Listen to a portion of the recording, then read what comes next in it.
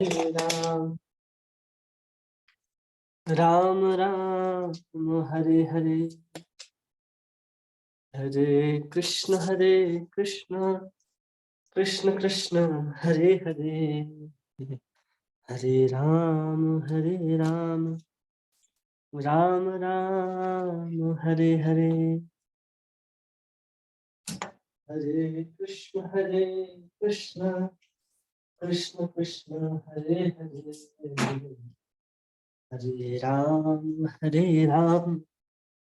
राम राम हरे हरे हरे कृष्ण कृष्ण कृष्ण हरे हरे हरे राम राम राम हरे हरे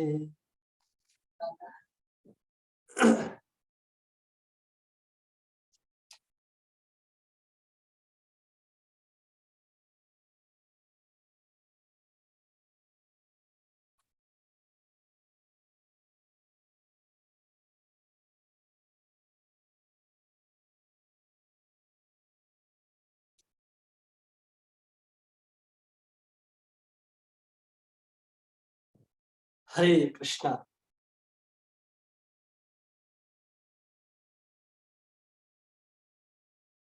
ओम ज्ञानतिमिरान्धस्य ज्ञानाञ्जनशलाकया चक्षुर्मिलितं येन तस्मै श्री गुरुवे नमः।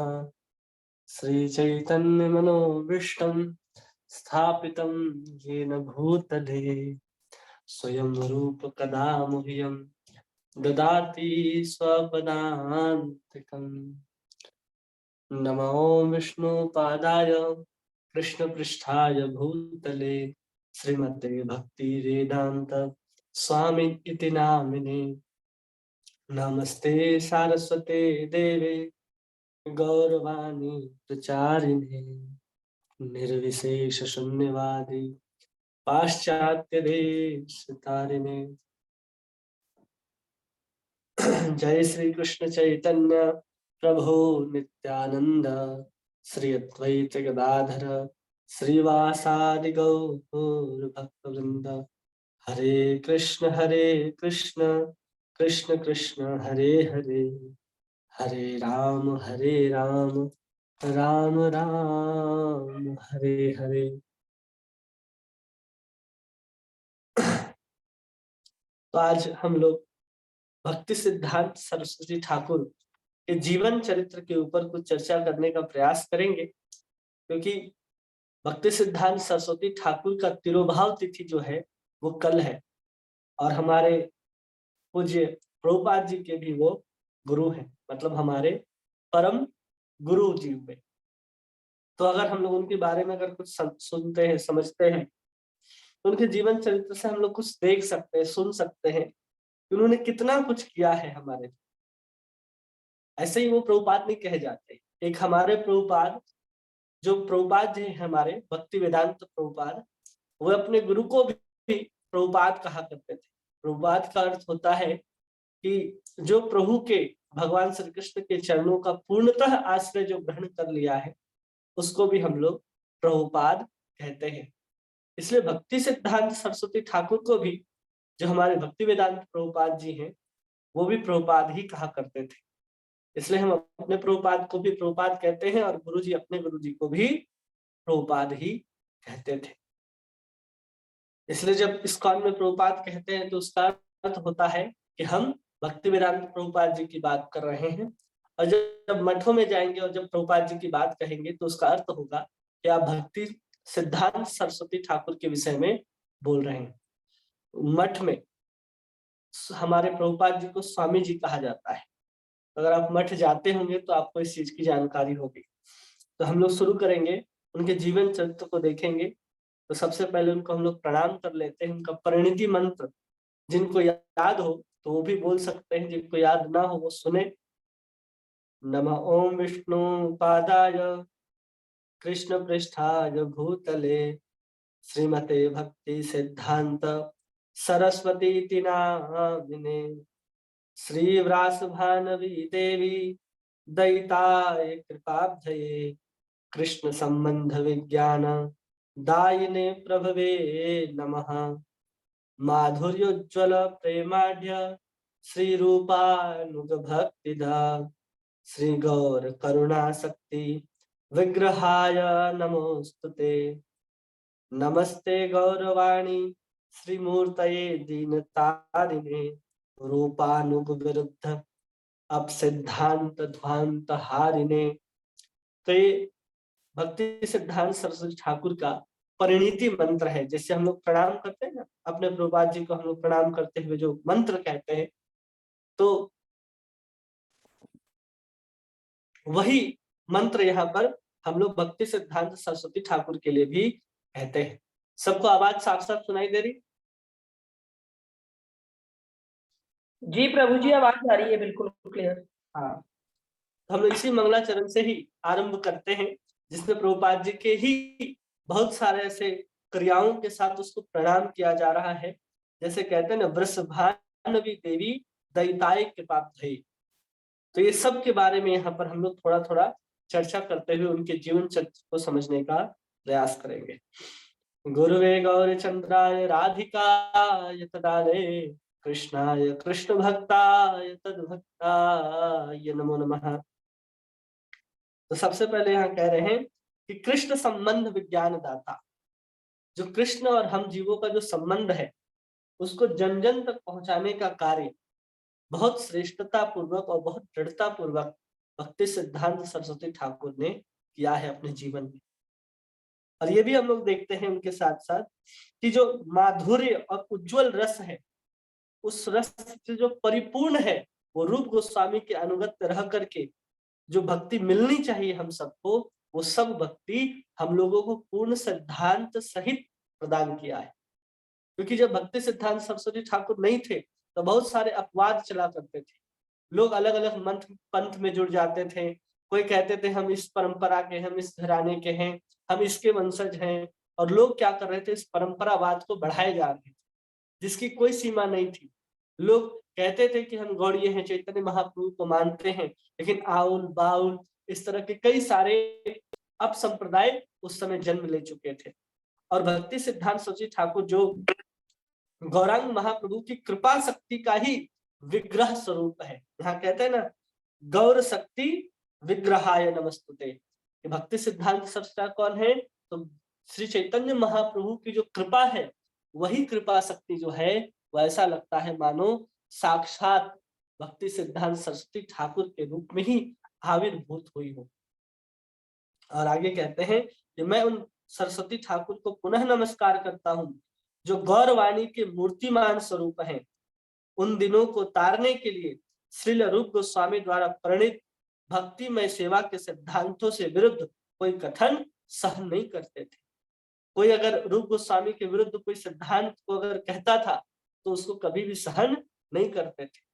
वो बहुत स्ट्रिक्ट थे, मतलब साधारण नहीं थे। लोगों को लगता है कि बहुत साधारण, नहीं, वो हर चीज में अगर कोई सिद्धांत को खंडन करने का प्रयास करता था तो तुरंत उसको डांट देते। ऐसे उनको सिंह गुरु के नाम से जाना जाता है कि वो जो गुरु थे वो सिंह के समान थे। वो कोई साधारण पुरुष नहीं थे।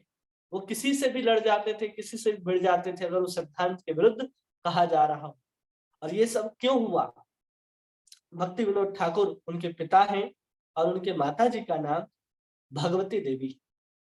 और भक्ति सिद्धांत सरस्वती ठाकुर भक्ति विनोद ठाकुर के 10वें पुत्र हैं। इनके पहले और 9 पुत्र भक्ति विनोद ठाकुर के हो चुके थे।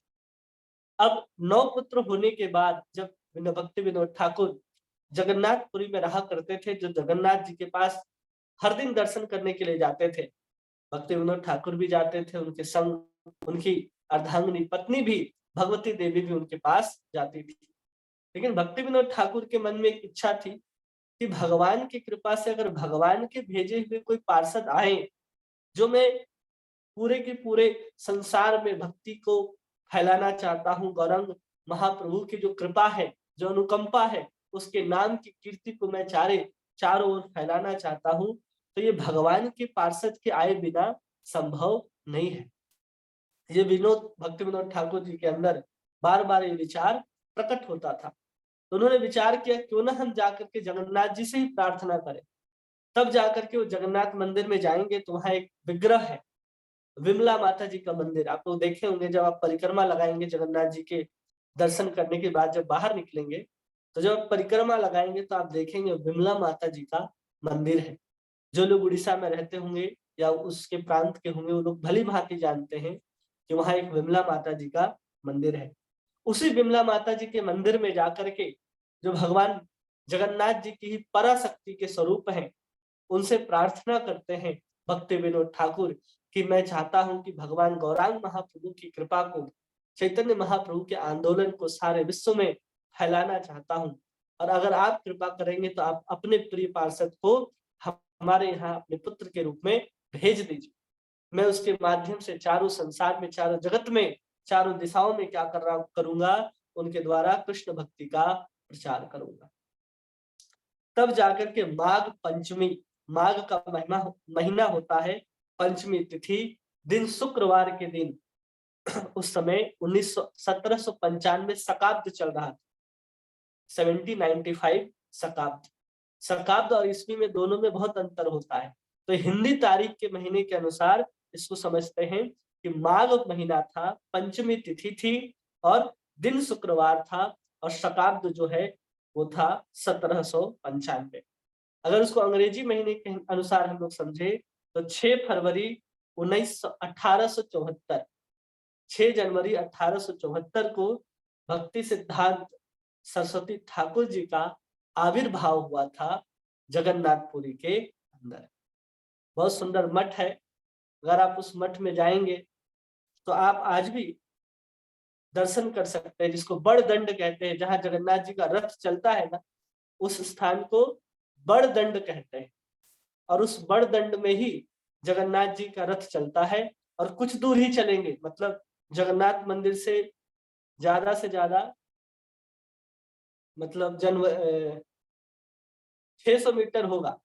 वहां पर ही आप देखेंगे कि बहुत सुंदर एक मठ है, वही भक्ति विनोद ठाकुर जी का घर है, और वहीं पर भक्ति सिद्धांत सरस्वती ठाकुर का जन्म हुआ था।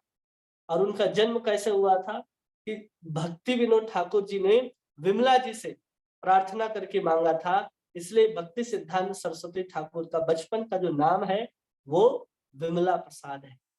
इसलिए हम लोग बचपन के नाम से अगर कोई पूछता है तो हम लोग कह सकते हैं कि भक्ति सिद्धांत सरस्वती ठाकुर का बचपन का नाम विमला प्रसाद था। क्यों? क्योंकि उन्हीं के प्रसाद से ये शिशु के रूप में भक्ति विनोद ठाकुर जी को प्राप्त हुए थे, और बहुत अद्भुत स्वरूप था।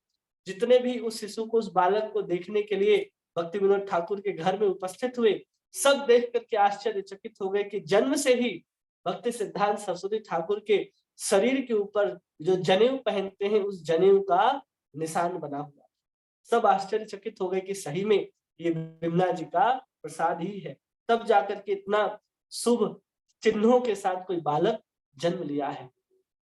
जब भक्ति सिद्धांत सरस्वती ठाकुर मतलब वो विमला प्रसाद जी जब 6 महीने के थे, और ठीक 6 महीने के बाद जब रथ यात्रा वहां आरंभ होती है, तो रथ यात्रा आरंभ होती है, भगवान जगन्नाथ, बलदेव, सुभद्रा ये अपने अपने रथ पर बैठ करके आरूढ़ होकर के जब अपने श्री मंदिर से बाहर निकलते हैं, और वहां पर से जब बाहर निकले वो रथ चल रहा था, और रथ आ करके ठीक भक्ति विनोद ठाकुर जी के घर के बाहर रुक जाता है, और वो रथ वहीं पर स्थिर रहता है। सभी भक्त हरे कृष्ण महामंत्र का कीर्तन कर रहे हैं, जोर जोर से हरिनाम उच्चारण हो रहा है, पूरा वातावरण कोलाहल पूर्ण है। भक्ति विनोद ठाकुर जी देखते हैं कि आज भी ये रथ यहाँ पर रुका हुआ है। ऐसे करते करते कहते हैं कि 3 दिनों तक वो रथ जो है वो अपने स्थान से हिला भी नहीं, वो उसी स्थान पर रहा। वो वहां से एक कदम भी ना आगे बढ़ता था न पीछे होता था। बहुत लोग खींचने का प्रयास करते थे लेकिन रथ वहां से हिल नहीं रहा था। तब जाकर के भक्ति विनोद ठाकुर और उनकी पत्नी भगवती देवी विमला प्रसाद जी को अपने गोद में लेकर के आती हैं, और जगन्नाथ जी के सामने जैसे ही उनको रखते हैं, जगन्नाथ जी को आलिंगन करने के लिए हाथ फैलाते हैं विमला प्रसाद जी, और जैसे ही हाथ फैलाते हैं जगन्नाथ जी के गले से माला वो सीधे विमला प्रसाद के गले के ऊपर जाती है, और वहीं पर जगन्नाथ जी के प्रसाद से भक्ति विनोद ठाकुर अपने पुत्र का अन्नप्राशन संस्कार करते हैं। वहीं पर अन्नप्राशन संस्कार किया गया था। तो वैसे ही अन्नप्राशन संस्कार होने के बाद फिर जब विमला माता लेकर के उतरती हैं रथ से वापस, तब जाकर के रथ जो है अपने स्थान से फिर आगे बढ़ता है।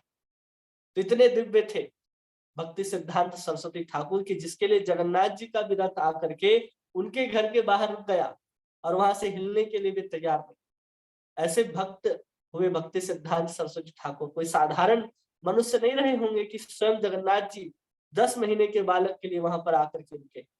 इस आश्चर्य को भी समझना है कि भगवान की कृपा कैसे होती है और कैसे भक्ति विनोद ठाकुर ने एक भगवान के ही किसी पार्षद को इस अतुल्य कार्य के लिए चुना था।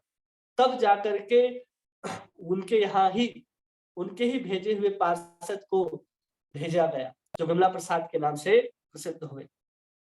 और जन्म के लगभग और 10 महीने बाद तक भक्ति सिद्धांत सरस्वती ठाकुर अपने पिता और माता के साथ उसी जगन्नाथपुरी में ही रहे। और फिर उनके बाद बंगाल के एक राणा घाट स्थान है, अगर बंगाल में आप जाएंगे पश्चिम बंगाल में, तो राणा घाट एक स्थान है, वहां पर जाकर के फिर रहने लग जाते हैं। और फिर वहीं से फिर श्री रामपुर एक स्थान है जहां पर चैतन्य महाप्रभु का बहुत सारी वहां लीलाएं हुई, नवद्वीप के अंदर ही पड़ता है। वहां पर जब भक्ति विनोद ठाकुर रह रहे थे, तब उन्होंने जगन्नाथपुरी से बहुत सुंदर तुलसी की माला मंगाते हैं और तुलसी की माला मंगा करके अपने पुत्र विमला प्रसाद को देते हैं। उसको हरि नाम भी प्रदान करते हैं और उनको नरसिंह मंत्र भी प्रदान करते हैं। उस समय से हरि नाम जो है वो भक्ति सिद्धांत सरस्वती ठाकुर लेना आरंभ कर देते हैं। उस समय लगभग वो 7वीं कक्षा में पढ़ रहे थे और 7वीं कक्षा में ही उनको हरि नाम प्राप्त हो गया, नरसिंह मंत्र प्राप्त हो गया और वो सुंदर भगवान का नाम जप करने लग गए। कहते हैं कि जब वे 5वीं कक्षा में पढ़ रहे थे विनोद प्रसाद, तो उस समय उन्होंने पढ़ते हुए उसी समय एक लेखन की विधि होती है जिसको कहते हैं फोनेटेनिक टाइप, उसकी विधि की रचना की थी। उसी फोनेटेनिक टाइप को आज हम लोग जानते हैं बाई कैंटो के नाम से जानते हैं। एक लिखने की एक विधि होती है, जैसे आजकल हम लोग टंगन मुद्रण पढ़ते हैं ना, इसमें शॉर्ट फॉर्म में लिखने के लिए आता है। ये बहुत लंबे, अगर कहीं वार्तालाप हो रहा है, डिबेट हो रहा है, तो उसको कम समय में कम शब्द में आप कैसे लिख सकते हैं, तो उस विधि को आजकल कहते हैं, जो पढ़ते स्टेनोग्राफी कहते हैं। तो उसी तरह का उस समय उन्होंने जब 5वीं कक्षा में ही पढ़ रहे थे भक्ति सिद्धांत सरस्वती ठाकुर, तो उन्होंने इस लेखन विधि की खोज की थी, आविष्कार किया था स्वयं से, जिसको आज हम लोग बाई कैंटो के नाम से जानते थे। और उसी समय जब 5वीं कक्षा में थे तो भक्ति विनोद ठाकुर ने एक सुंदर ग्रंथ लिखा था जिसका नाम था चैतन्य शिक्षामृत, जो हम लोग प्रभुपाद जी के द्वारा दी हुए शिक्षामृत को पढ़ते हैं। इस्कॉन में एक मोटी सी किताब आती है चैतन्य शिक्षामृत के नाम से, वो नहीं, उससे एक भिन्न है जो भक्ति विनोद ठाकुर जी ने लिखी है। उसका अध्ययन भक्ति विनोद ठाकुर ने सबसे पहले उनको कराया था। सन 1861 1861 में भक्ति विनोद ठाकुर कलकत्ता में जब आए, क्योंकि आप सबको पता है भक्ति विनोद ठाकुर कितने बड़े पद पर थे और वो क्या क्या काम नहीं करते थे उस समय। उसके बाद भी वो ग्रंथ का लेखन, सरकारी नौकरी भी करना, 10-10 पुत्रों को संभालना, फिर आकर के हरि नाम भी करना, सब कुछ छपवाना, उसका मुद्रण करना, इन सब कार्यों को भक्ति विनोद ठाकुर अकेले कर लिया करते थे। और भक्ति विनोद ठाकुर केवल पत्र लिख करके 2000 से अधिक नामहट सेंटरों को चलाते थे। केवल पत्र के माध्यम से पत्र लिखते थे और उनके ही माध्यम से पूरे के पूरे भारतवर्ष में उस समय 2000 नामहट सेंटर चलाते थे। केवल चिट्ठी लिख कर चला लेते थे और हर चिट्ठी का जवाब भी देते थे। सोचिए 2000 चिट्ठी, 2000 सेंटरों से एक साथ तो चिट्ठी नहीं आती होगी, लेकिन सैकड़ों की संख्या में तो चिट्ठी आती ही होगी। उन सबको पढ़ करके उसका जवाब भी देना, ये सब काम भक्ति विनोद ठाकुर कर लिया करते थे। तो लगभग 1861 में कलकत्ता में, जो आज रामबाग कहा जाता है, वहां पर वो अपना नया घर का निर्माण कर रहे थे। जब वो नए घर का निर्माण कर रहे थे तो वहां जब निर्माण की जब खुदाई हो रही थी नींव की, तो वहां से कूर्म भगवान की मूर्ति निकली। वो कूर्म भगवान की मूर्ति निकली, तो उस कूर्म भगवान की मूर्ति को भी उन्होंने भक्ति सिद्धांत सरस्वती ठाकुर को दिया और उनको शिक्षा दी कि ये कौन है और इनकी अर्चन कैसे किया जाता है, अर्चन की विधि क्या है, ये सब कुछ वहां पर उनको सिखाई जाती है। तो ऐसे शुरू से ही भक्ति सिद्धांत सरस्वती ठाकुर के जीवन में देखे तो कहीं ना कहीं भक्ति, भगवान जगन्नाथ जी की कृपा, ये सब कृपा को हम लोग वहां देख सकते थे और ये सब कुछ वहां उनके साथ घटित भी हो रहा था, सब चमत्कार रूप से वहां पर चल रहा था। जब आगे चलते हैं तो 1885 में 1885 में अपने ही पिता के लिखे गए एक ग्रंथ है जिसका नाम है वैष्णव डिपोजिटरी, उसका बहुत प्रचार किया उन्होंने कलकत्ता में, भक्ति सिद्धांत सरस्वती ठाकुर ने। जहां जाते थे वहां सबको इसी के बारे में बताते चले जाते थे। और उसी समय वहां पर पहली बार जो छपाई की मशीन होती है ना, वो कलकत्ता में जब लगाई गई तो छापा खाना का जितना भी जानकारी होता है प्रिंटिंग प्रेस का, वो सब भक्ति सिद्धांत सरस्वती ठाकुर ने एकत्रित किया और खुद से ही किसी भी ग्रंथ का जो मुद्रण होता है, उसका जो प्रूफ रीडिंग होता है, वो सब कुछ भक्ति विनोद ठाकुर जो उनके पिताजी थे, उनके सभी ग्रंथों को वो प्रूफ रीडिंग करते थे, उसको छपवाने के लिए भेजते थे, उसके अलग अलग संस्करण वहां पर छपते थे, उनके संशोधन के कार्य करते थे, इन सब में फिर प्रदान करने लग जाते हैं। और ऐसा नहीं है कि ये सब 1885 में ही हुआ, उसके पहले ही जब 5वीं क्लास में पढ़ते थे, 1874 में तो जन्म हुआ है भक्ति सिद्धांत सरस्वती ठाकुर का, और जब वो 5वीं कक्षा में पढ़ रहे थे तो ही 5वीं कक्षा में पढ़ते ही वो इतने बड़े विद्वान हो गए, किस चीज के, गणित और ज्योतिष के, बहुत बड़े विद्वान, कि बड़े बड़े जो आचार्य उनको पढ़ाने के लिए आते थे वो भी आश्चर्य करते थे कि छोटा सा बालक और ज्योतिष में इतना प्रखर विद्वान, गणित में इतना प्रखर विद्वान, तुरंत हर बात को समझ जाते थे, उनमें अद्भुत शैली थी किसी चीज को समझने की और तुरंत अपने एनालिसिस करने लग जाते थे, अलग अलग प्रकार की सोच खुद से वो बनाने लग जाते थे। इसलिए कहते हैं कि जब वो 15 वर्ष के हो गए तो उनके प्रतिभा को देख करके जितने भी बड़े बड़े गुरु वर्ग के लोग थे वो सब सोचते हैं कि ये साधारण बालक नहीं, तो उसी समय फिर उनको भक्ति सिद्धांत सरस्वती की उपाधि दे दी जाती है, जब वो 15 वर्ष की आयु में थे उसी समय। बहुत ज्यादा उम्र नहीं थी, 15 वर्ष की आयु में तो आजकल लोग पबजी खेलते रह जाते हैं, और भक्ति सिद्धांत सरस्वती ठाकुर तो 15 वर्ष की आयु में उनको उनके गुरु वर्ग जो थे वो सब मिलकर के उनको भक्ति सिद्धांत की उपाधि दे देते।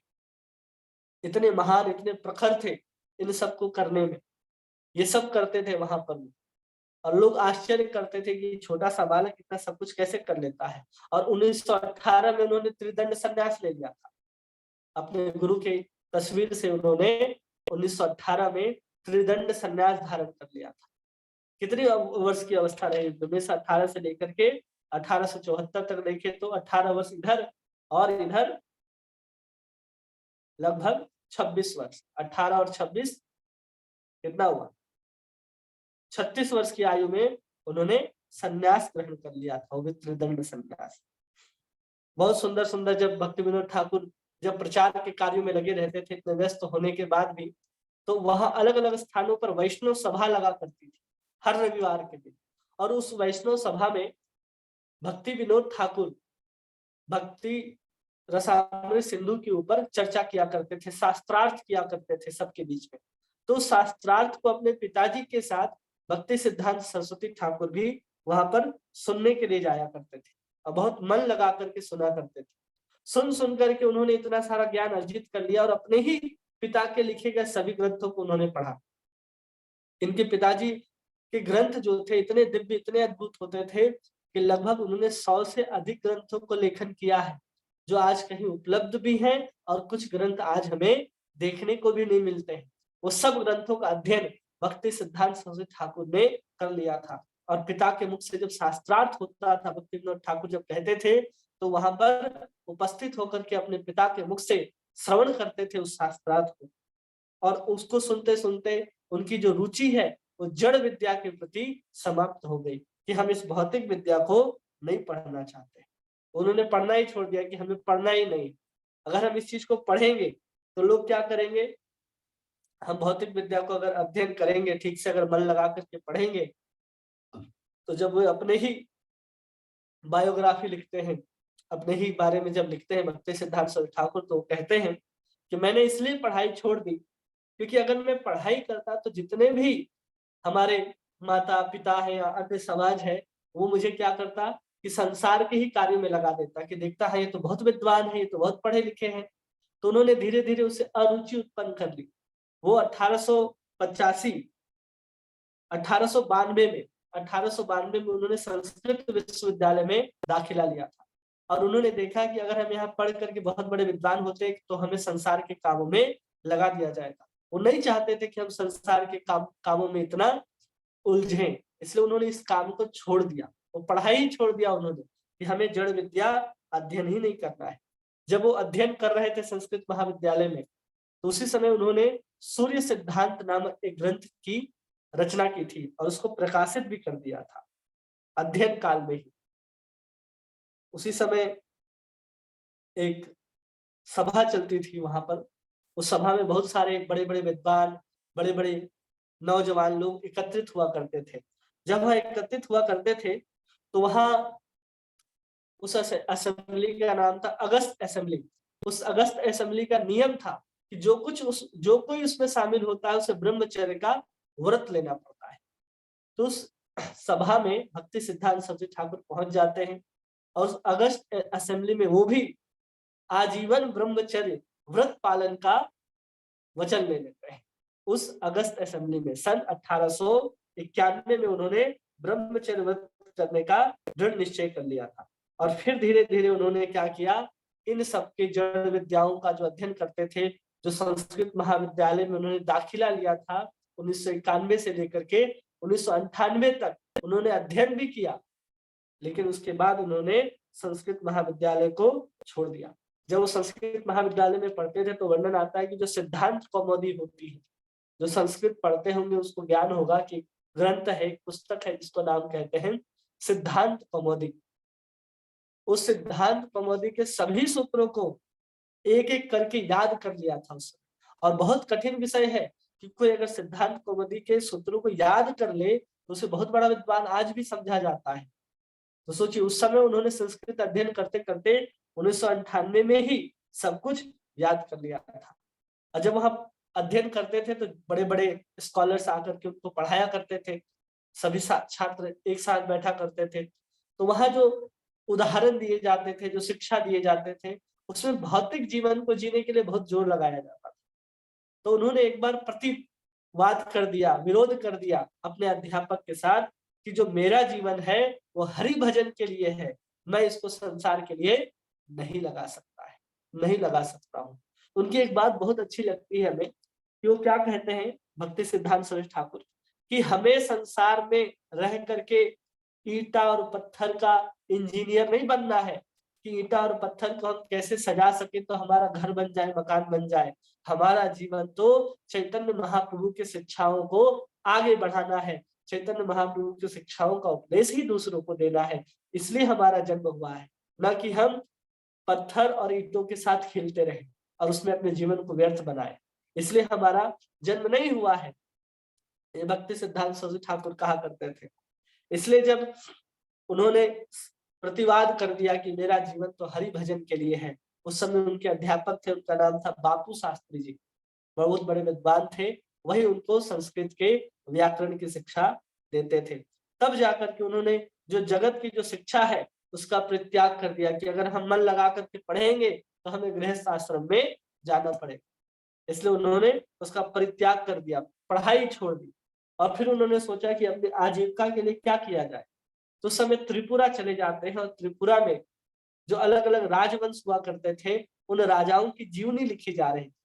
तो उन जीवनी जो लिखी जाती थी उसका संशोधन आदि करते थे और उसको भी उन्होंने कुछ समय तक काम किया और फिर उसको भी छोड़ दिया। फिर 1897 में जब भक्ति विनोद ठाकुर गोद्रिन द्वीप में आए वापस रहने के लिए, जब मायापुर जाएंगे तो सरस्वती नदी के किनारे ठीक उनका घर है। अगर आप जाएंगे तो भजन कुटीर के रूप में देख सकते हैं, जिसको वहां के लोग जालंगी नदी भी कहते हैं। वास्तव में वो जालंगी नदी नहीं, उसको सरस्वती नदी यहाँ पर वर्णन किया गया है। तो वही सरस्वती नदी में के किनारे भक्ति विनोद ठाकुर जी का एक कुंज है, भजन कुटीर है, जिसका नाम है आनंद सुखद कुंज, जहाँ पर भक्ति विनोद ठाकुर भजन किया करते थे और अपने ग्रंथों का लेखन किया करते थे। तो उसी समय, उसके लगभग 1 साल के बाद, सन 1898 के शीतकाल में बहुत ठंड पड़ रही थी जब बहुत ठंड पड़ रही थी, तो उसी समय भक्ति सिद्धांत सरस्वती ठाकुर के जो गुरु हैं गौर किशोर दास बाबा जी, उनका दर्शन हुआ। जब गौर किशोर दास बाबा जी का दर्शन हुआ, तो उनको देखते ही उनके पीछे ऐसे पागल हो गए भक्ति सिद्धांत सरस्वती ठाकुर कि वो सोच भी नहीं पाते थे कि हम कहाँ जा रहे हैं। वो उनके पीछे पीछे चलते जाते थे और कुछ दूर जाने के बाद उनको दिखाई ही नहीं देते थे कि गौर किशोर दास बाबा जी कहाँ चले गए, किधर चले गए, ऐसा हो जाता था। अब ऐसा होने के बाद भक्ति विनोद ठाकुर जी कहे कि तुम बार-बार जाते हो उनसे दीक्षा लेने की तुम्हें इच्छा है, तो तुम ऐसा करो, तुम जाओ और बिना दीक्षा लिए हुए घर वापस मत आना। अब ये बात सुनते हैं कि पिताजी ने तो ऐसा आदेश दे दिया है, और गौर किशोर दास बाबा जी के पास जाते, उनसे प्रार्थना करते कि आप हमें अपने शिष्य के रूप में स्वीकार कर लीजिए। गौर किशोर दास बाबा जी कहते कि मैं तुम्हें अपना शिष्य नहीं बनाऊंगा। बहुत प्रार्थना करने के बाद भक्ति सिद्धांत सरस्वती ठाकुर की प्रार्थना को मंजूर करते हैं गौर किशोर दास बाबा जी, और कहते हैं कि मैं कल भगवान से पूछ करके बताऊंगा। जब राधा रानी आएंगी तो हम उनसे पूछ करके हम आपको बताएंगे कि हमको दीक्षा देना है या नहीं देना है। तो समय गौर किशोर दास बाबा जी दूसरे दिन, तीसरे दिन जब उन्हें मिलते हैं, तो जाकर के पूछते हैं कि क्या आपने भगवान से पूछा? तब गौर किशोर दास बाबा जी कहते हैं कि हाँ, हमने पूछा है। उन्होंने कहा है कि हम आपको शिष्य बना सकते हैं। उन्होंने प्रश्न पूछा कि तुम तो इतने पढ़े लिखे हो और मैं एक गंवार व्यक्ति हूँ। मैं एक जंगल में भटकता रहता हूँ, न खाने का ठिकाना, न पीने का ठिकाना, मैं कुछ जानता नहीं हूँ। मुझ अनपढ़ व्यक्ति से तुम इतने विद्वान व्यक्ति हो, क्यों दीक्षा ग्रहण करना चाहते हो? तो उन्होंने कहा कि हमारे पिता की आज्ञा है और आपको देख करके मुझे ऐसा लगता है कि आप ही मेरे सद्गुरु के रूप में हैं। आप ही हमारे गुरु हैं, इसलिए आप हमें अपने शिष्य के रूप में स्वीकार कीजिए, मैं आपका शिष्य बनना चाहता हूँ। अब इस निवेदन को सुन करके भक्त गौर किशोर दास बाबा जी सन 1900 में उनको भागवती दीक्षा प्रदान करते हैं और वो फिर गौर किशोर दास बाबा के शिष्य बन जाते हैं। जब वहां से दीक्षा प्राप्त कर लेते हैं, उसके बाद पुरी चले जाते हैं। पुरी जाने के बाद वहाँ एक मठ है जिसको बोलते हैं सातासन मठ। जब आप हरिदास ठाकुर जी की समाधि की ओर जाएंगे, तो वहाँ थोड़ा सा और आगे जाएंगे तो उस मठ को कहते हैं सातासन मठ, जिसमें 7 आसन है, जिसमें अलग-अलग विग्रहों की स्थापना है। तो उसमें से एक आसन जिसमें गिरिराज जी की स्थापना थी, उस गिरिराज जी की स्थापना जहाँ पर थी, उस आसन पे भक्ति सिद्धांत सरस्वती ठाकुर उनकी सेवा में लग जाते हैं। वहाँ वो सेवा करने लग जाते हैं, और वहाँ जब सेवा करने लग जाते हैं, उसके बाद वो चाहते हैं कि हम तीर्थ भ्रमण में निकले। तो सन 1905 में भक्ति सिद्धांत सरस्वती ठाकुर बहुत सुंदर तीर्थ यात्रा में निकलते हैं। पूरे अलग-अलग स्थानों का भ्रमण करते हैं और भजन भ्रमण करते हुए दक्षिण भारत आदि का जब भ्रमण करके जब वापस पहुंचते हैं मायापुर, तो रुद्रद्वीप एक स्थान है मायापुर में, वहां पर वो 100 करोड़ नाम लेने का व्रत धारण करते हैं। जब वहां पर वो नाम जप करते हैं तो बहुत लोग आते थे परेशान करने, बहुत परेशानियां आती थी वहां पर। तो कहते थे कि जहां पर लोग मल मूत्र त्याग करने जाते हैं ना, वैसे स्थल पर जा करके वो भजन किया करते थे, क्योंकि कोई परेशान करने नहीं आएगा। लोग यहाँ मल मूत्र करने आएंगे, करके चले जाएंगे, कोई परेशान करने हमको नहीं आएगा। तो ऐसे स्थान पर बैठ करके भक्ति सिद्धांत सरस्वती ठाकुर 100 करोड़ नाम जप करते थे। तो लगभग वो नाम जो था वो लगभग 1 साल में उन्होंने पूरा कर लिया। आज जो हम लोग भक्ति सिद्धांत सरस्वती ठाकुर का जहाँ पर समाधि है, उस मंदिर में हम जाते हैं जब मायापुर में, तो आप देखेंगे वहाँ एक राधा कुंड भी है, एक गोवर्धन भी है। आप देखें जा करके, तो अगर आप वहाँ जाकर के दर्शन करेंगे, तो वही राधा कुंड और श्याम कुंड जो है, उसके ठीक सामने भक्ति सिद्धांत सरस्वती ठाकुर की भी एक भजन स्थली है। तो बाद में वो वहीं पर आकर के उस कुंड को ही राधा कुंड का भाव करके, और उस गोवर्धन को, उस छोटी सी शिला को ही वो गोवर्धन का भाव करके वहां पर भजन करते थे। तब से उस चीज को हम लोग राधा कुंड और श्याम कुंड के नाम से जानते हैं, जो केवल भक्ति सिद्धांत सरस्वती ठाकुर के भजन भावना से वहां पर उपस्थित हुई है। फिर बाद में चल करके जब वैष्णव और ब्राह्मणों के बीच में विवाद चल गया कि जो समार्थ ब्राह्मण थे उन्होंने वैष्णव का विरोध कर दिया कि वैष्णव जो है वो ब्राह्मण से श्रेष्ठ नहीं है। उसी समय भक्ति विनोद ठाकुर एक लीला करते हैं कि वो ऐसा बीमार हो जाते हैं, कहते हैं कि हम बेड से अब बिस्तर से उठ ही नहीं सकते हैं, अब जो करना है तुम्हें ही करना है। तब अपने पिता की आज्ञा से वो उस वैष्णव सभा में प्रस्तुत होते हैं और सब एक एक जो प्रतिवाद है कि ब्राह्मण से वैष्णव कैसे श्रेष्ठ है, उस सब को एक एक शास्त्र से एक एक तथ्य को दे करके प्रस्तुत करते हैं। वहां वो सिद्धांत को प्रस्तुत करते हैं कि कोई ब्राह्मण है तो कहा जाता है वो सबका गुरु हो सकता है, तो पद्म पुराण से बताते हैं कि नहीं, जो अवैष्णव जो अवैष्णव है वो गुरु बनने के योग्य है ही नहीं। लेकिन अगर कोई वैष्णव है तो वैष्णव होने के बाद भी अगर वो स्वपच कुल में भी जन्म लिया है तो भी वो गुरु बनने के योग्य है। ये सब सिद्धांतों को बताते थे। वही चैतन्य चैतामृत में कहा गया ना कि कीबा शूद्र कीबा न्यासी शूद्र के ने नए, जय कृष्ण तत्ववेता से ही गुरु है। जो कृष्ण का तत्व जानता होगा वही गुरु बनने के योग्य होगा। तो वही वहां पर स्थापना करते हैं कि जो सपच है अगर, लेकिन फिर भी वो भगवान का भक्त है तो भी वो गुरु बनने के योग्य है, उसको सम्मान दिया जाना चाहिए। लेकिन अगर कोई ब्राह्मण कुल में भी जन्म लेकर के ब्राह्मण के जो परंपरा है संस्कार है उससे विहीन है तो उसका कोई मत नहीं है, कोई वैल्यू नहीं रह जाता है। तो उन्होंने बहुत सारे ऐसे तर्क वितर्क के द्वारा ब्राह्मण से श्रेष्ठ वैष्णव है इस सिद्धांत की स्थापना की। और आज भी वैष्णव ब्राह्मण सिद्धांत से उनके लेख जो है वो कहीं मिलता है तो आप उसको उपलब्ध करा सकते हैं, जो शायद बंगाली में है, आप उसको अध्ययन कर सकते हैं। फिर आगे चल करके उन्होंने 4 नवंबर 1912 में उन्होंने जो गौरांग महाप्रभु की अलग अलग जो लीला स्थली है उसका भ्रमण शुरू किया खुद से। 4 नवंबर 1912, 4 नवंबर 1912 को उन्होंने क्या किया, अलग अलग लीला स्थलियों का भ्रमण शुरू किया और उन लीला स्थलियों की खोज प्रारंभ की कि हाँ यहाँ पर ये लीला हुआ, यहाँ पर ये लीला हुई, ये सबको वर्णन करते हुए भी जाते थे। और साथ साथ उन स्थलों पर भगवान चैतन्य महाप्रभु की शिक्षाओं को भी देते जाते थे। लोगों के अंदर हरिनाम का के प्रति महिमा, हरिनाम के प्रति श्रद्धा, इन सबको जागृत करते हुए चलते थे। ऐसे उन्होंने काम को शुरू रखा। और फिर आगे चल करके जब सन 1913 में श्रीमद् भगवत गीता, जिसके ऊपर बहुत सुंदर भाष्य भक्ति विश्वनाथ चक्रवर्ती ठाकुर का एक भाष्य है जिसको हम लोग कहते हैं सारार्थ दर्शनी टीका, उस सारार्थ दर्शनी टीका के ऊपर ही भक्ति सिद्धांत सरस्वती ठाकुर एक अपनी टीका को लिखते हैं जिसको हम लोग कहते हैं अनुभाष्य। 1913 में उन्होंने प्रकाशित किया और फिर 1915 में उन्होंने चैतन्य चैतामृत को अपने टीका अनुभाष्य से लिख करके पुनः प्रकाशित किया। 1914 में एक ग्रंथ आया, फिर 1915 में उन्होंने चैतन्य चैतामृत के ऊपर भाष्य लिखा। और उसी 1915 ईस्वी में कहा जाता है कि गौर किशोर दास बाबा जी जो है वो अपने शरीर को छोड़ देते हैं। और ये बात पता चलता है भक्ति सिद्धांत सरस्वती ठाकुर को, वो पहुंचते हैं गौर किशोर दास बाबा जी ने जहां पर शरीर छोड़ा था, तो जहां पर वो शरीर छोड़े थे उस स्थान को कहते हैं कुलियाग्राम। तो उन्होंने वहां पर शरीर छोड़ा था। भक्ति सिद्धांत सरस्वती ठाकुर वहां पर पहुंचते हैं।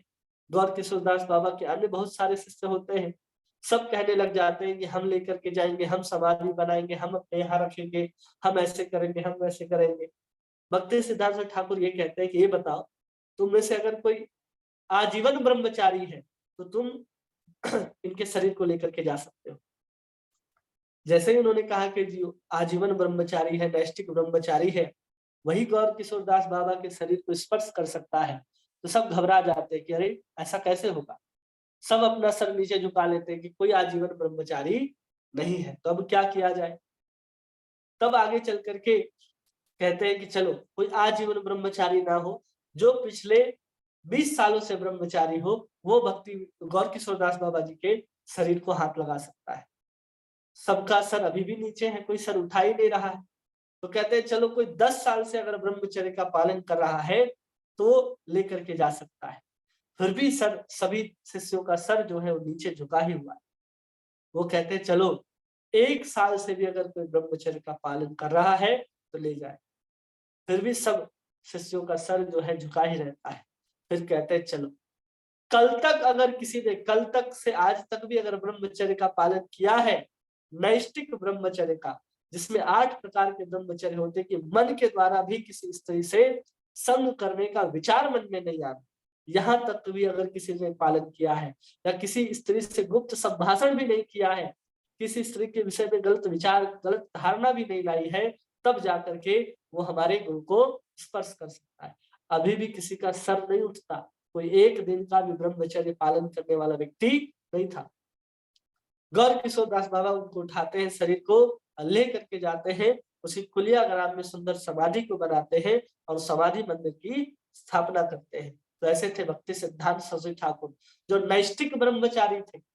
नैष्टिक ब्रह्मचारी मतलब होता है कि उसने कभी भी एक बार भी किसी स्त्री के विषय में संग करने के विषय में सोचा भी ना हो, उसको कहते हैं नैष्टिक ब्रह्मचारी। जिसके अंदर स्त्री को देख करके कभी काम वासना जागृत ही नहीं हुई, जब से उसने जन्म लिया हो तब से लेकर के मृत्यु पर्यंत, तब उसको कहा जाता है नैष्टिक ब्रह्मचारी। और नैष्टिक ब्रह्मचारी थे भक्ति सिद्धांत सरस्वती था। इसलिए वो जब कहते थे किसी बात को तो उसके अंदर उतना ओज होता था, उतनी शक्ति होती थी कि उनके बातों का प्रभाव लोगों पर होता था, लोग सुनते थे उनकी बातों को। ये सब होता है जब व्यक्ति ब्रह्मचर्य का पालन करता है। तब आगे चल करके 14 मार्च 1921 में उन्होंने नवद्वीप परिक्रमा का बेड़ा उठाया।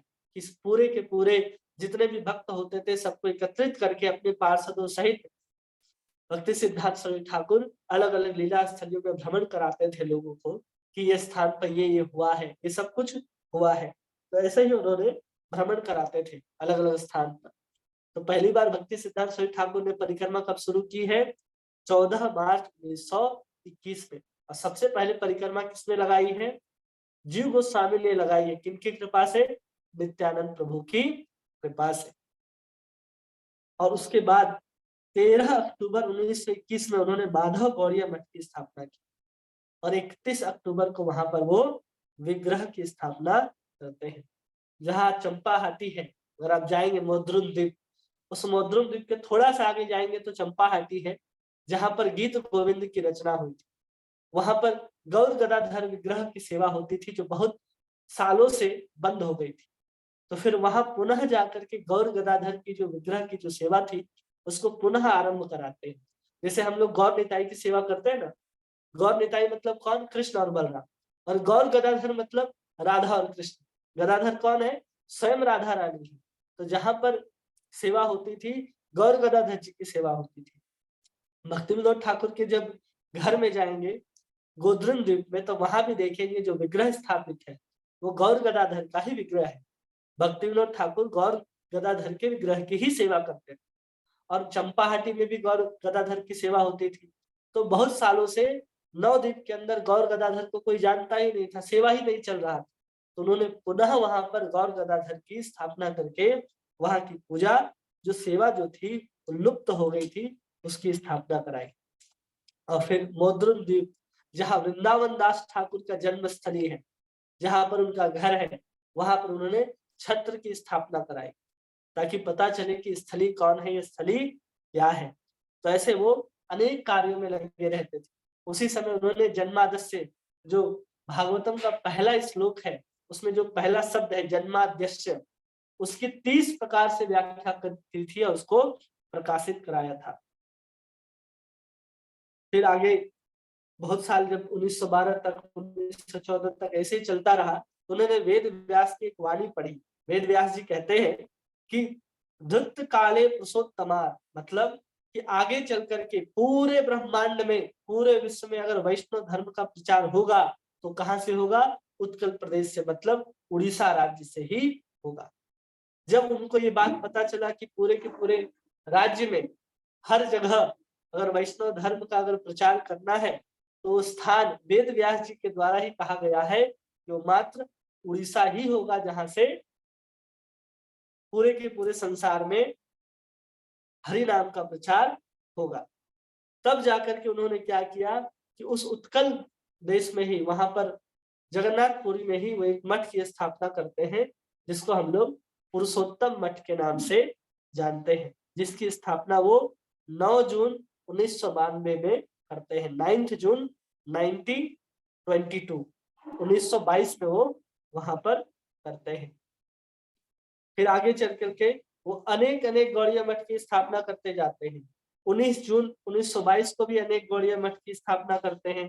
तो जब ऐसे गौड़िया मठ की स्थापना करते हैं और करते करते वो संपूर्ण भारत भर का भ्रमण करते हैं, और जब वो संपूर्ण भारत भर का भ्रमण करते हैं तब वहां अलग अलग स्थानों पर जाकर के वो सुंदर तरीके से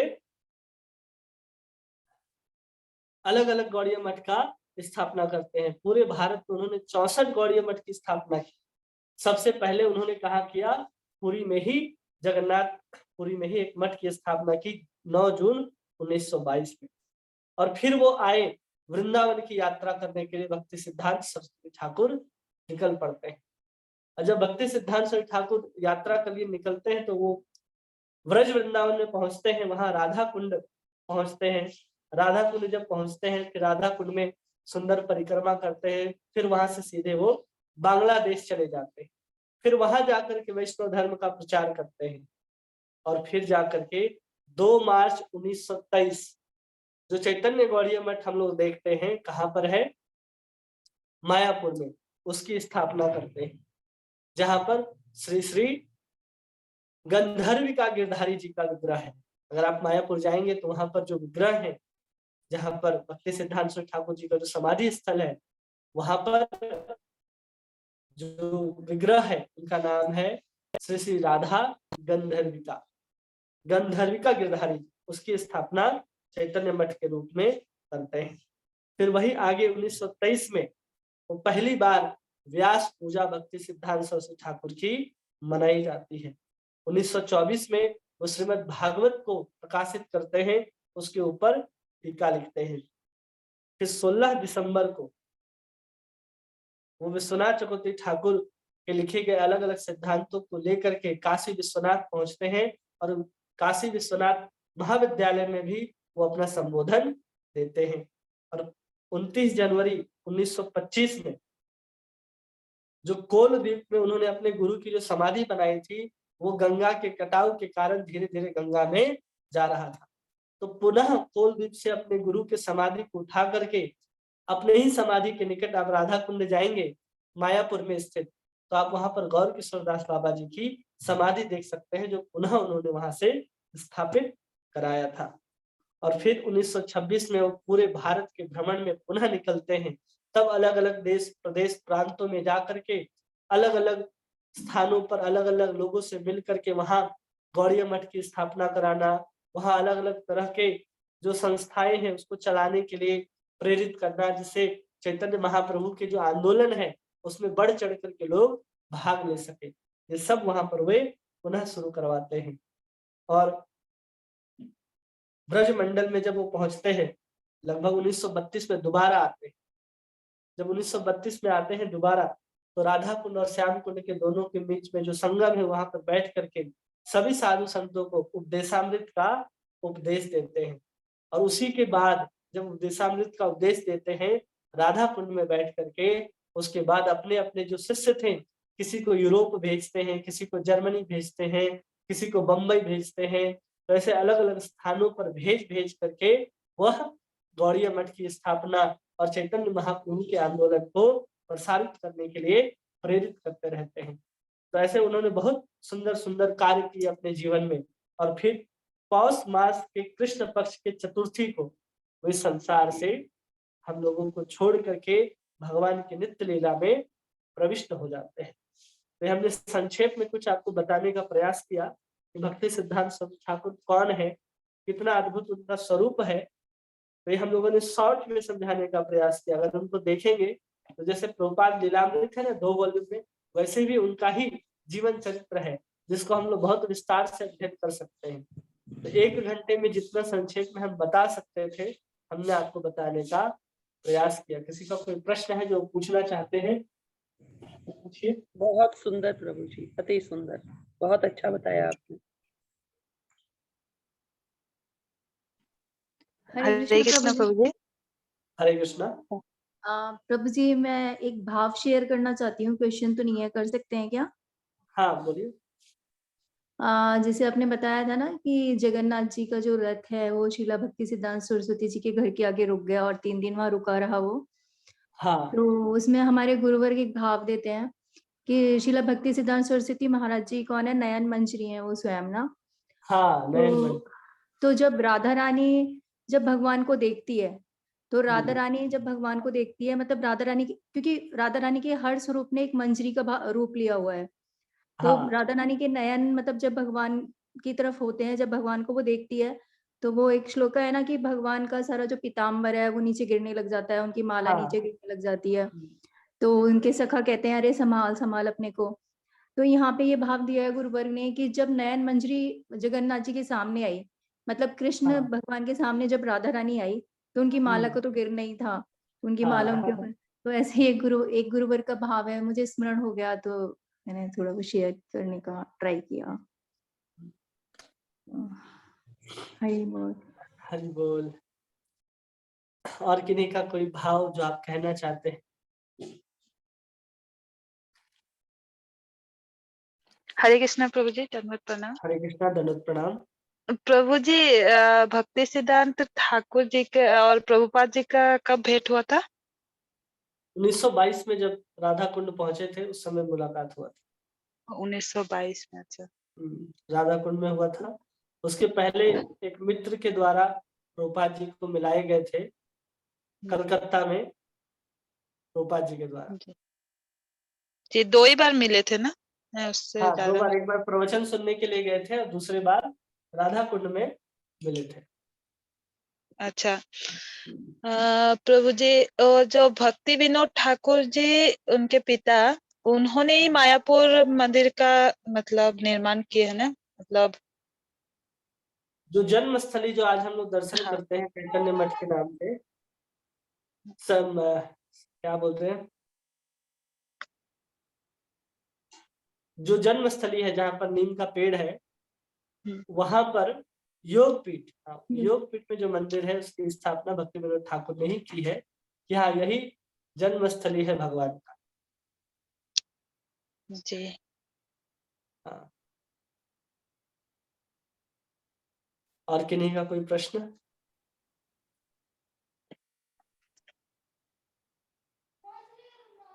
हरे कृष्ण प्रभु। हाँ, बोलिए।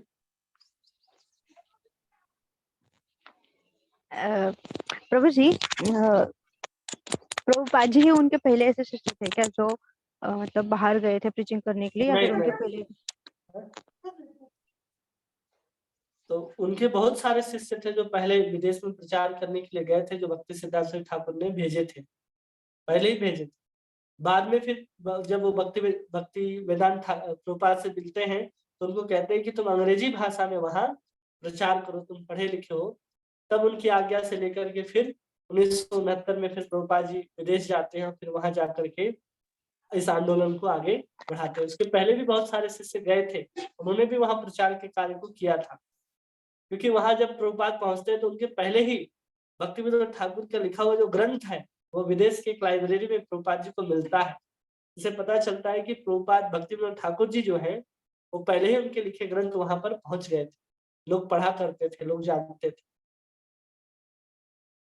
तो कहीं पे भी तो ऐसा दिया है ना वर्णन, जब प्रभुपाद जी की बायोग्राफी हम पढ़ रहे थे या सुन रहे थे, उस टाइम पे हमने देखा था कि उनके गुरु की आज्ञा थी कि कोई उनका एक शिष्य हाँ, गुरु रहेगा की जो भी बाहर आज्ञा थी जाके, ना, तो गुरु उनका की उसमें उन्होंने ऐसा कहा था कि कोई उनका एक शिष्य होगा जो बाहर जाके टीचिंग करेगा, और शायद ऐसे उनको बोला गया था कि वो आप ही रहोगे, तो वो जाके उन्होंने आगे ऐसा किया। तो नहीं है मतलब कि केवल कहा गया था कि आप प्रचार करोगे, और उन्होंने गुरु से ही अपनी शक्ति को प्राप्त करके प्रभुपाद जी ने पूरे के पूरे विश्व में प्रचार किया। जैसा प्रभुपाद जी ने प्रचार किया है अन्य देशों में, वैसा प्रभुपाद जी के और गुरु भाइयों ने नहीं किया। लेकिन अब धीरे-धीरे उनके गुरु भाइयों के द्वारा भी बहुत प्रचार हो रहा है, जैसे नारायण महाराज।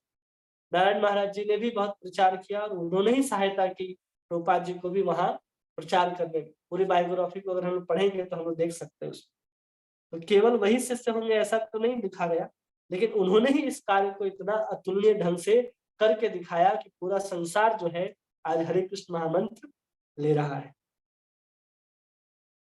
ठीक है क्योंकि कोई एक शिष्य होगा, ये पहले की भविष्यवाणी जो चैतन्य चंद्रामृत में लिखा गया है और भक्ति विनोद ठाकुर की भविष्यवाणी जो प्रभुपाद जी अच्छा ने आंदोलन की स्थापित, वो पहले की है। ठीक है धन्यवाद। हाँ प्रभु जी, जैसे हाँ। भक्ति सिद्धांत ठाकुर जी के गुरु जी का नाम है गौर किशोर दास बाबा जी ना, उनके हाँ। गुरु का नाम क्या है? गौर किशोर दास बाबा जी के गुरु का नाम हम लोग बोलते हैं भक्ति विनोद ठाकुर। लेकिन उनके अगर पिताजी आपको हैं। परंपरा अगर ठीक से समझना है तो जो हमारा गुरु परंपरा है वो शिक्षा प्रणाली भी है और दीक्षा प्रणाली भी है। उसमें जी शिक्षा प्रणाली भी आती है और दीक्षा प्रणाली भी आती है। जबकि हम लोग मुख्यतः जो पालन करते हैं, जो परंपरा हम देखते हैं, वो शिक्षा वाली परंपरा है। क्योंकि गौर किशोर दास बाबा जी के जो शिक्षा गुरु थे वो भक्ति विनोद ठाकुर जी थे, लेकिन दीक्षा गुरु कोई और थे। और भक्ति विनोद ठाकुर जी के दीक्षा गुरु जो है वो जगन्नाथ दास बाबा जी नहीं है, वो कोई और है। इस चीज को हम लोगों को ध्यान रखना है। उसको हम आपको विस्तार से बता सकते हैं कि कौन है, लेकिन अभी इसका समय नहीं है कि हम उसको बताएं, और आपको समझ में भी आएगा। और कुछ समय जी के बाद हम लोग इस चीज को समझने लगेंगे। तो दीक्षा प्रणाली और शिक्षा प्रणाली दोनों को समावेश करके हम लोगों का जो गुरु परंपरा है वो बना हुआ है। बस इस चीज को हमें जानना है। जी प्रभु जी। हम्म। और एक बात पूछना था प्रभु जी, भक्ति सिद्धांत ठाकुर जी का ये नहीं है क्या, भजन नहीं है क्या कोई भी? मतलब भजन नहीं लिखे है क्या भगवान के, जैसे एक नरोत्तम भजन दास ठाकुर? कौन से बोला? लिखे, बहुत सारे भजन उन्होंने भी लिखा है, बहुत सारे ग्रंथ को उन्होंने लिखा है। उन्होंने अच्छा जो पूरा गुरु परंपरा का एक भजन है उन्होंने ही लिखा है। भक्ति सिद्धांत ठाकुर ने ही उस भजन को लिखा है। जी प्रभु जी वो लिखा ना, ए धन्यवाद। रे मन तू कैसे रे वैष्णव, वो भी लिखा गया है इन्हीं के द्वारा, भक्ति सिद्धांत सरस्वती ठाकुर के द्वारा। बहुत सारे भजन लिखे गए इनके द्वारा। जी देखना पड़ेगा प्रभु जी। हम्म। हरे कृष्णा। हरे कृष्णा। और किन्हीं का कोई प्रश्न?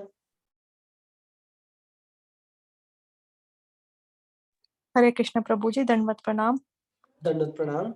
प्रभु जी, जैसे पंचतत्व मंत्र हम पढ़ते हैं ना, जय श्री कृष्ण चैतन्य प्रभु नित्यानंद, ये वाला श्री अद्वैत गदाधर शिवासादि गौर भक्त वृंद, इसमें प्रभु जी जो कृष्ण भगवान जी और राधा जी का मिक्सचर कहते हैं, चैतन्य महाप्रभु जी हैं, मतलब कृष्ण और राधा हाँ दोनों, ठीक है। तो ठीक साथ ही है। में जो गदाधर पंडित है उनको ये भी बोला जाता है कि श्रीमती राधिका रानी और ललिता सखी, वो दोनों का मिक्सचर। तो एक समय पे ये दोनों मतलब एक प्रश्न। समय में दोनों अवतार हो सकते हैं ना। जैसे कि राधा और कृष्ण जो है वो जी मिलित अवतार होकर के चैतन्य महाप्रभु के रूप में आविर्भूत हुए। जी। अब उस राधा भाव को कैसे भगवान चैतन्य महाप्रभु आस्वादन करेंगे, इसको कौन शिक्षा देगा? तो उसको शिक्षा देने के लिए ही राधा रानी स्वयं गदाधर के रूप में आती है कि हमारा ही दिया हुआ भाव है, उसको कैसे तुम संचालित करोगे। जैसे कोई अपने गाड़ी को दे दे कि तुम लेकर के जाओ, लेकिन पता चला कि उसको चलाना ही नहीं आता हो, तो कैसे उसको चलाएगा? इसलिए जो राधा रानी ने अपना भाव दिया है चैतन्य महाप्रभु को, उस भाव को आस्वादन कराने के लिए कि कैसे करेंगे, जी इसके जी। लिए गदाधर के रूप में साथ में आई है राधा रानी। भाव ठीक भी प्रभु, दिया है और कैसे आस्वादन करेंगे उसके लिए भी आई है राधा रानी। ठीक प्रभु जी। प्रभु जी, मैं ना ग्रुप में आपको मैसेज करूंगी, उसमें व्हाट्सएप पे आप मेरे को रिकॉर्ड वॉइस में रिकॉर्ड करके दे देंगे, ये मैंने लिखना है। हाँ कर लेंगे, या फिर आप देख सकते हैं हमारा एक पंचतत्व सीरीज है बलभद्र दास यूट्यूब चैनल में, उसमें मैं हूँ गदाधर। प्रभु जी। हाँ तो उसमें आप देखेंगे गदाधर जी के बारे में हमने विस्तार से बताया है, तो वहां ठीक से भी प्रभु। आप नोट कर सकते हैं। अगर वहां से आप क्लेरिफाई नहीं होते हैं तो फिर आप हमको मैसेज कीजिए। नहीं, मुझे समझ में आ गया एक्चुअली, लेकिन फिर भी होता ना कभी क्योंकि मैं भी प्रचार में हूँ, तो कोई ना कोई पूछ लेता है ऐसी छोटी मोटी चीजें, तो डिटेल में हमारे पास जितना ज्यादा होगा उतना अच्छा है ना प्रभु जी। हाँ जी प्रभु जी, दंडवत प्रणाम प्रभु जी। हरे दंडवत कृष्णा। प्रणाम। Thank you so much. और किन्हीं का कोई प्रश्न है? अनुमाता जी आप और कुछ बताना चाहते हैं?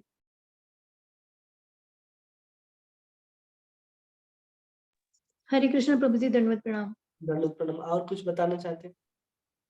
नहीं जी प्रभु जी, वो एकदम से मुझे स्मरण हो आया था उस टाइम पे, तो मैंने हाँ वो शेयर, मेरे को लगा मैं शेयर करती हूँ। बाकी तो अभी कोई आ नहीं रहा है स्मरण में। बाकी जैसे अभी माता जी पूछ रहे थे श्रीला भक्ति सिद्धांत सरस्वती महाराज जी के और भी भजन। डिसाइपल्स हैं, तो बहुत सारे डिसाइपल्स हैं उनके ना। हाँ श्रीला भक्ति वैशानक गोस्वामी महाराज, श्रीला मतलब बहुत सारे हैं, एक पूरा बुक आता है उनका। तो बट वही था कि श्रीला प्रभुपाद जी, स्वामी प्रभुपाद जब बाहर गए तो उनको बहुत ज्यादा सक्सेस मिला उसमें ना, हाँ, और बहुत सारे कितने लोग सारे 64 मठ थे और 64 मठ में कितने सारे शिष्य होंगे, और जी उनमें फिर एक एक को भेजना, किसी को जर्मनी, किसी को यूरोप भेज रहे थे भक्ति सिद्धांत सरस्वती ठाकुर।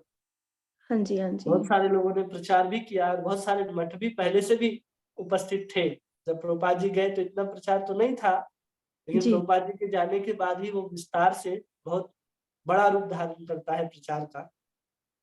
जी प्रभु जी, एक्चुअली क्या होता है ना, हम लोगों को बहुत सारा पता नहीं होता उनके दूसरे शिष्यों के बारे में, हाँ, तो ना। जैसे मुझे सबसे हमें जो प्रिय लगते हैं वो दैत माधव गोस्वामी महाराज हैं। यस यस वो यस हमारे, यस। हाँ, वो क्योंकि जब वो थे धरती पे तो हमने उनको पहली बार देखा भी था। अरे वाह, तो ओके। हरे जी कृष्णा हमारी प्रभु जी, दंडवत हरे प्रणाम। कृष्ण, दंडवत प्रणाम। प्रभु जी, मेरा ना एक निवेदन था कि अगर हाँ, आप अगले संडे को तुलसी माता जी के बारे में कोई वो विशेष विषय रखेंगे ना तो अच्छा लगेगा प्रभु जी। मैं सुनना चाह रही थी कि तुलसी माता जी का प्राकट्य कैसे हुआ, कैसे उनको इतना मतलब माना जाता है, क्या है उनके बारे में सुनने की इच्छा है प्रभु जी, अगर ठीक है, संभव। अगर सबकी इच्छा होगी तो अगले सप्ताह हम लोग तुलसी महारानी के ऊपर भी कर सकते हैं। ठीक जी है, प्रभु जी, धन्यवाद प्रभु जी। तो आज सबको समझ में आया कि भक्ति सिद्धांत सरस्वती ठाकुर कोई साधारण व्यक्ति नहीं जी है। अच्छे से समझाया आपने एक एक पॉइंट। कि कब उन्होंने क्या क्या किया, अगर उसको पढ़ने जाएंगे तो बहुत विस्तार से उनकी जीवन चरित्र है। वो उसको पढ़ेंगे तो महीनों लग जाएंगे, ऐसा उनका जीवन चरित्र है। उनको पढ़ करके हर व्यक्ति जो है अपने जीवन में बहुत कुछ सुधार कर सकता है। एक आपने एक मठ को बनाने में जो संघर्ष है, उस संघर्ष को आप देख सकते हैं। भक्ति आपने सिद्धांत ना सरस्वती ठाकुर विषय एक बहुत प्रभु जी, अच्छी बात कहते थे कि जिस व्यक्ति को भी अगर मठ में रहना है या मंदिर में रहना है तो उसको विनम्रता सीखनी ही पड़ेगी, तब जाकर के वो मठ में रह सकता है। अगर विनम्र नहीं है तो कोई न मंदिर में रह सकता है और न मठ में रह सकता है। और जितने भी विघ्न आते हैं उन सबको संसार में हमें सहन ही करना पड़ेगा। अगर हम विघ्नों को सहन नहीं कर सकते तो व्यक्ति प्रचार नहीं कर सकता है। वो भी भक्ति सिद्धांत सरस्वती ठाकुर ने ही समझाया है। वो सब शिक्षाओं को लेकर के ही प्रभुपाद गए, तब जाकर के उन्हें कठिनाई को सहन करके वो विश्व भर में प्रचार कर सके। आपने ना प्रभु जी इतना अच्छा विषय लिया है ना ये संडे वाले दिन, जो आपने मतलब हमारे ऊपर कृपा की है। मैं सच बता, बहुत अच्छा विषय लिया है प्रभु जी। मतलब हमेशा ना हम और चीजें तो चलो पढ़ते हैं करते हैं, लेकिन भक्तों के बारे में मतलब सुनने को करने को बहुत कम ऐसा वो मिलता है। मतलब आपने बहुत बहुत अच्छा विषय चूज किया प्रभु जी। मतलब हर संडे को हम एक नए उसके बारे में सुन पाएंगे, वैष्णव के बारे में। तो धन्यवाद आपका बहुत बहुत। हरे कृष्णा सर, माता जी प्रभु को हरे दंडवत कृष्णा, प्रणाम। दंडवत प्रणाम। प्रभु ये समय फिक्स हो गया 11 बजे 11:30 बजे के कुछ अलग कुछ है? माता जी लोग सब लोग 11 संतुष्टि है बजे ही ना? रहेगा। एक्चुअल में क्या हुआ ना कि हाँ। हमें वो डेट याद नहीं आ रहे थे कि किस समय क्या क्या हुआ था, तो हम उसके लिए कुछ पढ़ रहे थे, देख रहे थे कि एक्चुअल में क्या है, किस समय उन्होंने क्या क्या किया। तो उसको देखने में समय लग गया, इसलिए 11 बजे का क्लास 11:30 बजे शुरू हुआ। नहीं वो कोई बात नहीं है प्रभु जी, लेकिन ये यदि इन लोग पीछे तो नहीं कर सकता है, 11 से पीछे नहीं कर सकता है, 11 से आगे कर सकता है, क्योंकि माता जी लोग को बहुत बच्चे लोग को हाँ, बच्चे लोग को समझ गए। शिकायत का मतलब करना पड़ता है। तो 11 हाँ, बजे के ठीक बाद है। कर सकते, 11:30 तो के बाद भी कर सकते हैं। 11 से नीचे होगा फिर बहुत माता जी लोग डिस्टर्ब हो जाएंगे। तो 11 बजे का समय ठीक है ना कि इसको आगे पीछे करना है? 11 को 11:30 या 12 ऐसा कुछ करना है? किसी का कोई विचार है? 11:30 सही है वैसे प्रभु जी। सुबह हम इस टाइम में फ्री होते हैं, कोई दिक्कत नहीं है। 11 11:30 सफिशिएंट है टाइम। बाकी फिर भी पूछ लो आप इन सब से, कोई दिक्कत ठीक है नहीं ना, आएगी। 11 क्योंकि आज 11:30 ना बजे ही क्लास होगी। प्रभु मुझे जी प्रभु जी टाइम 11:30 का सूट कर टाइम रहा है, मेरे लिए ठीक है। मेरे लिए भी हाँ, ठीक है यही प्रभु। यही तो 11:30 सही है प्रभु जी, बिल्कुल सही है 11:30। और 11 ठीक है, 11:30 सही है प्रभु जी, हाँ दोनों ठीक है मेरे लिए भी, क्योंकि सुबह क्लासेस होती हैं बैक टू बैक। 5:30 पहली क्लास शुरू होती है प्रभु जी मेरी। हाँ, तो सुबह संडे हम लोग वैसे क्लास होती है ना मंडे से लेके 7:30 फ्राइडे तक तो बहुत हेक्टिक रहता है मेरा, मोस्टली क्लासेस का ही रहता है। संडे और सैटरडे को थोड़ा समय होता है मेरे पास, तो फिर मैं वही हूँ जिसने आपको कहा था ना, आप सुबह का टाइम थोड़ा सा लेट कर लो भागवतम का, हाँ, फिर हाँ, मैं हाँ, वीडियो उस पे देख रही हूँ, यूट्यूब में देख रही हूँ। ठीक है। रिकॉर्डिंग अगर बंद कर देंगे तो अच्छा रहेगा, रिकॉर्डिंग और लाइव दोनों जा रहा है। ये रिकॉर्डिंग भी रख लो, जो ऑफलाइन भी देखना चाहे बाद में, मतलब जो हाँ, जूम पे रिकॉर्डिंग है नहीं आते।